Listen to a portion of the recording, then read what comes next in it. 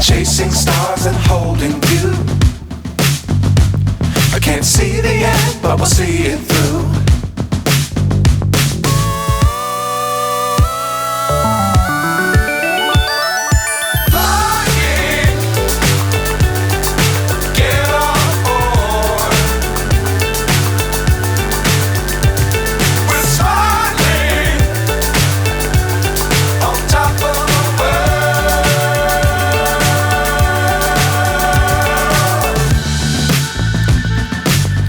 Times don't fly too high.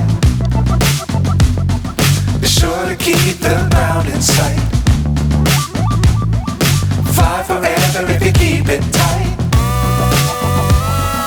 Love the world but keep the sky on your mind.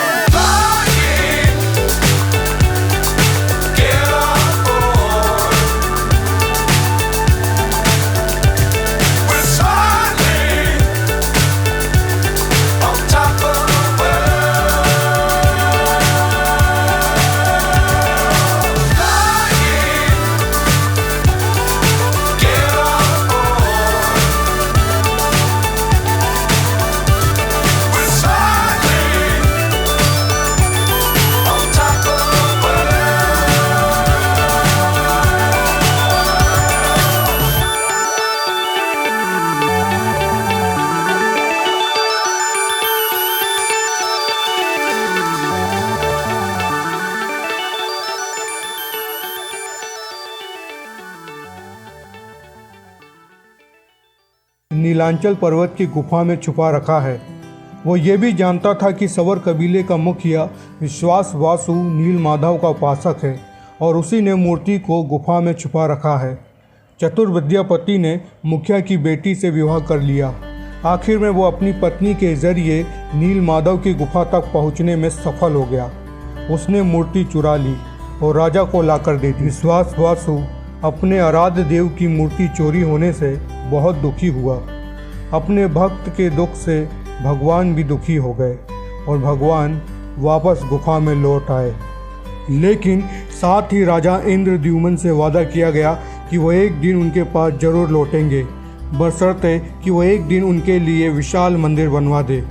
राजा ने मंदिर बनवा कर दिया और भगवान श्री विष्णु से मंदिर में विराजमान होने का आग्रह किया। भगवान ने कहा कि तुम मेरी मूर्ति बनाने के लिए समुद्र में तैर रहा पेड़ का एक बड़ा टुकड़ा उठाकर लाओ, जो द्वारिका से समुद्र में तैरकर पुरी आ रहा है। राजा के सेवकों ने उस पेड़ के टुकड़े को ढूंढ लिया। अब बारी थी लकड़ी से भगवान की मूर्ति गढ़ने की। राजा के कारीगरों ने लाख कोशिश कर ली, लेकिन कोई भी लकड़ी में एक छेनी तक भी नहीं लगा सका। तब तीनों लोगों के कुशल कारीगर भगवान विश्वकर्मा एक बूढ़े व्यक्ति का रूप धरकर आए। उन्होंने राजा को कहा कि वो नील माधव की मूर्ति बना सकते हैं, लेकिन साथ ही उन्होंने अपनी शर्त भी रखी कि वे 21 दिन में मूर्ति बनाएंगे और अकेले में बनाएंगे। कोई उनको बनाते हुए नहीं देख सकता। उनकी शर्त मान ली गई। लोगों को आरी छेनी हथौड़ी की आवाज़ें आती रही। राजा इंद्रद्युम्न की रानी गुंडीचा अपने को रोक नहीं पाई। वो दरवाजे के पास गई तो उसे कोई आवाज़ सुनाई नहीं दी। वो घबरा गई। उसे लगा बूढ़ा कारीगर मर गया है। उसने राजा को इसकी सूचना दी। अंदर से कोई आवाज़ सुनाई नहीं दे रही थी, तो राजा को भी ऐसा ही लगा। सभी शर्तों और चेतावनियों को दरकिनार करते हुए राजा ने कमरे का दरवाज़ा खोलने का आदेश दिया। जैसे ही कमरा खोला गया तो बूढ़ा व्यक्ति गायब था और उसमें 3 अधूरी मूर्तियाँ पड़ी मिली। भगवान नील माधव और उनके भाई के छोटे छोटे हाथ बने थे, लेकिन उनकी टांगें नहीं, जबकि सुभद्रा के हाथ पांव बनाए ही नहीं गए थे। राजा ने इसे भगवान की इच्छा मानकर इन्हीं अधूरी मूर्तियों को स्थापित कर दिया। तब से लेकर आज तक तीनों बहन भाई इसी रूप में विद्यमान हैं। जय नील माधव, जय जगन्नाथ स्वामी। जो लकड़ी का टुकड़ा द्वारिका से पुरी बहकर आया था, उसके बारे में पुराणों में बताया गया है कि जब भगवान श्री कृष्ण ने अपनी देह का त्याग किया, इसके पश्चात पांडवों ने उनकी देह का अंतिम संस्कार कर दिया। इस दौरान उनका पूरा शरीर तो जल के नष्ट हो गया, लेकिन उनका दिल जलता ही रहा। कई दिनों तक जब दिल नहीं जला तो पांडवों ने इस जलते हुए दिल को जल में प्रवाहित कर दिया और ये एक लकड़ी के लट्ठे के रूप में परिवर्तित हो गया और भगवान की इच्छा से राजा इंद्रद्युम्न को मिल गया। माना जाता है कि आज भी जगन्नाथपुरी मंदिर में जो मूर्ति विद्यमान है उनके अंदर भगवान श्री कृष्ण जी का हृदय स्थापित है। मूर्तियाँ लकड़ी की बनी हुई है और हर 12 सालों में मूर्तियों को बदल दिया जाता है, लेकिन भगवान श्री कृष्ण जी का हृदय अपरिवर्तित ही रहता है, उसको नहीं बदला जाता। और आज भी भगवान श्री कृष्ण का दिल मूर्तियों में विद्यमान है। वर्तमान में जो मंदिर है वो 7वीं सदी में बनवाया गया था। हालांकि इस मंदिर का निर्माण ईसा पूर्व 2 में भी हुआ था। यहाँ स्थित मंदिर 3 बार टूट चुका है। 1174 ईस्वी में ओडिशा शासक अनंग भीम देव ने इसका पुनः निर्माण करवाया था। अब जानते हैं मंदिर में होने वाले चमत्कारों के बारे में। हवा के विपरीत दिशा में लहराता है ध्वज। श्री जगन्नाथ मंदिर के ऊपर स्थापित लाल ध्वज सदैव हवा के विपरीत दिशा में लहराता है। ऐसा किस कारण होता है ये तो वैज्ञानिक ही बता सकते हैं, लेकिन यह निश्चित ही चमत्कार है। ये भी आश्चर्य की बात है कि प्रतिदिन मंदिर के ऊपर स्थापित ध्वजा को मानव द्वारा उल्टा चढ़कर बदला जाता है। मंदिर के गुंबद की छाया नहीं बनती। ये दुनिया का सबसे भव्य और ऊंचा मंदिर है। ये मंदिर 4 लाख वर्ग फुट में फैला है और इसकी ऊंचाई लगभग 214 फुट है। मंदिर के पास खड़े रहकर इसका गुंबद देख पाना असंभव है। मंदिर के गुंबद की छाया दिन में किसी भी समय अदृश्य ही रहती है। चमत्कारिक सुदर्शन चक्र।